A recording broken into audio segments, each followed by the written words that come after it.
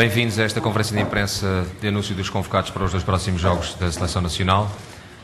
Sem mais demoras, vamos ao que verdadeiramente interessa, a divulgação dos nomes dos jogadores convocados para os jogos da Seleção Nacional que se avizinham. Beto, Eduardo, Rui Patrício, Bruno Alves, Fábio Coentrão, João Pereira, Ricardo Carvalho, Rolando, Sílvio, Carlos Martins, João Moutinho, Pepe, Miguel Veloso, Paulo Machado, Raul Meireles, Tiago, Cristiano Ronaldo, Dani, Hélder Postiga, Hugo Almeida, Lee Edson, Nani e Varela. Nota-se por esta convocatória numa continuidade em relação ao grupo de trabalho que existia antes, mas a seleção costumava jogar de uma forma que o Paulo Bento não jogava muito no Sporting. A pergunta é que se, apesar dessa continuidade nos convocados, vamos ter uma ruptura no modelo de jogo da seleção? Não, a questão da continuidade dos convocados passa por, naturalmente, manter uma base em função dos critérios que nós definimos, que tem a ver, naturalmente, com a qualidade e rendimento dos jogadores, com a assiduidade dos jogadores e, ao mesmo tempo, também, dentro dessa assiduidade, com alguma necessidade que a seleção tenha, em alguns casos, mesmo que não haja tanta assiduidade. Por isso, esses são os critérios pelo qual nós nos regemos para fazer e para elaborar a convocatória para esta jornada que tem os dois jogos. Depois disso, naturalmente, teremos tempo para pensar e para, tendo em conta aquilo que o adversário também nos vai pedir, tendo em conta aquilo que é uma matriz de jogo da Seleção Nacional, e depois ver qual é a melhor forma de abordar este jogo inicial. Agora, a seleção, com este grupo de jogadores, com estes 23 jogadores, tem a capacidade e tem a possibilidade de jogar de diversas formas, em termos quer de sistema de jogo, quer do próprio método de jogo que queira utilizar, sabendo que nós temos uma situação em função da classificação e em função daquilo que é o nosso objetivo, que nos levará a ter uma iniciativa no jogo, e isso também, naturalmente, foi tido em conta nesta convocatória. Com as renúncias do Paulo Ferreira e do Miguel, abre-se um lugar no lado direito da defesa. O João Pereira, na primeira convocatória, poderá ser já titular. E outra pergunta, o Lee Edson não tem sido titular no Sporting. Vai aplicar essa máxima de que quem não é titular no clube não joga na seleção?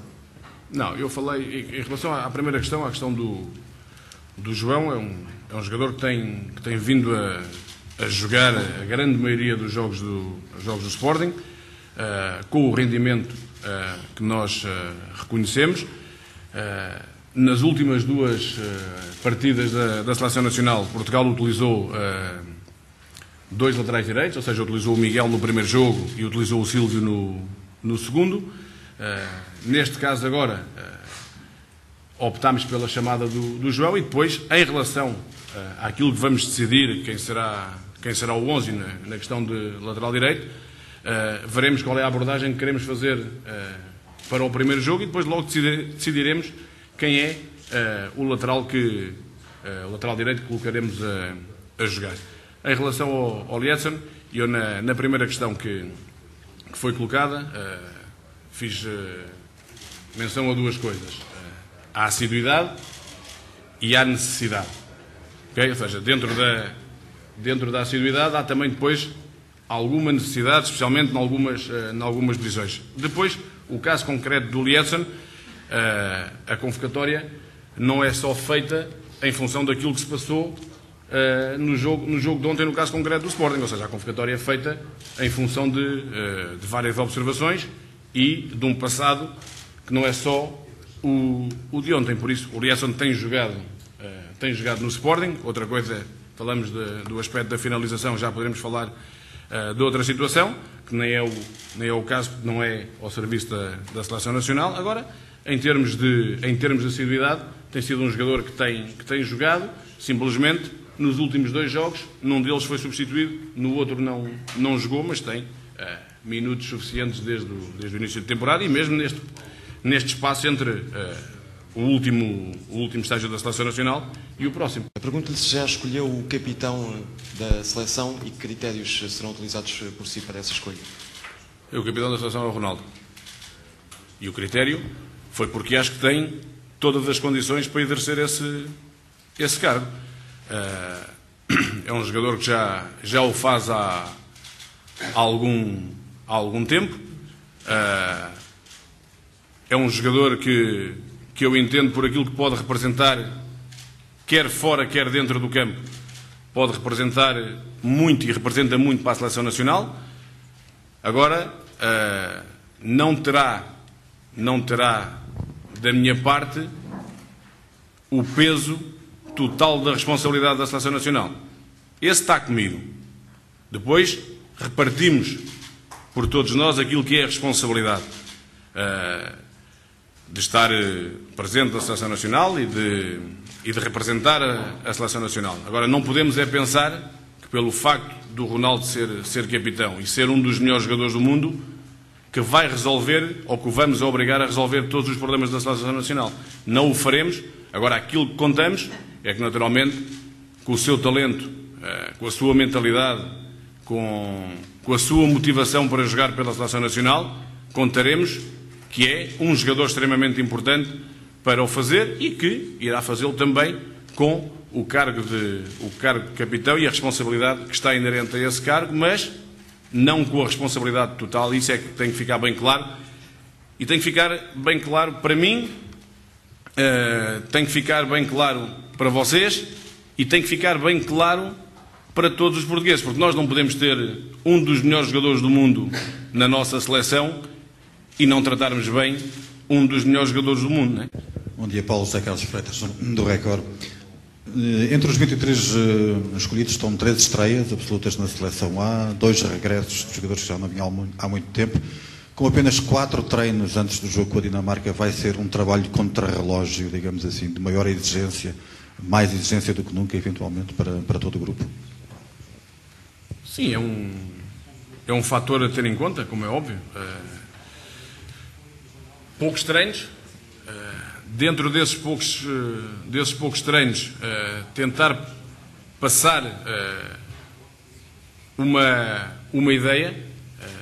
A mensagem que se tenha que passar tem que ser muito, muito concreta e, acima de tudo, tentar, através desses poucos treinos, definir toda a estratégia para o jogo com a Dinamarca. E depois há naturalmente outro fator que pesa de alguma maneira. O facto de haver uma jornada que acaba na segunda-feira e que tem alguns jogadores envolvidos nos jogos de segunda-feira leva a que o período de recuperação desses jogadores, que só possam treinar normalmente, possivelmente na quarta-feira à tarde. Depois, na quinta-feira, que já poderiam treinar normalmente, estamos na véspera do jogo. Por isso é um contexto difícil para se poder treinar. O que tem que se ter em atenção é aquilo que pretendemos em termos táticos e em termos estratégicos para o jogo, tendo um cuidado com a questão da gestão física dos jogadores, porque os jogadores do Sporting e os jogadores do Porto jogam na segunda-feira à noite. Paulo, é compreensível que se tenha debruçado intensivamente sobre os jogadores portugueses e sobre a seleção portuguesa. Mas coloco-lhe a questão, já pensou, já viu, já visionou alguma coisa sobre a Dinamarca e, de certo, sabe o que vale a equipa dinamarquesa? O que é que nos pode dizer sobre a equipa dinamarquesa? Eu não queria adiantar muito sobre a equipa da Dinamarca, porque depois teremos também a conferência na quinta-feira e aí, se calhar, abordaremos mais concretamente a seleção da Dinamarca. Agora, é uma equipa que todos temos que ter a noção que na última fase de qualificação para o Mundial ficou à nossa frente, que não lhe vencemos nenhum jogo no confronto direto, que vem numa situação, jogar ao Dragão, muito mais confortável que a nossa, que pode ter um jogo muito mais de expectativa do que tem que ser o nosso, tem que ser um jogo muito mais de iniciativa, e por isso uma equipa que tem alguns jogadores de boa qualidade técnica, que tem jogadores que jogam em grandes ligas e jogadores maduros, por isso será seguramente um adversário extremamente difícil, que nos exige, como eu disse, iniciativa, que nos vai exigir coragem, mas que nos vai exigir também paciência e equilíbrio. No fundo é jogar um pouco com o coração quente e com a cabeça fria. É aquilo que nos vai exigir para o jogo com a Dinamarca.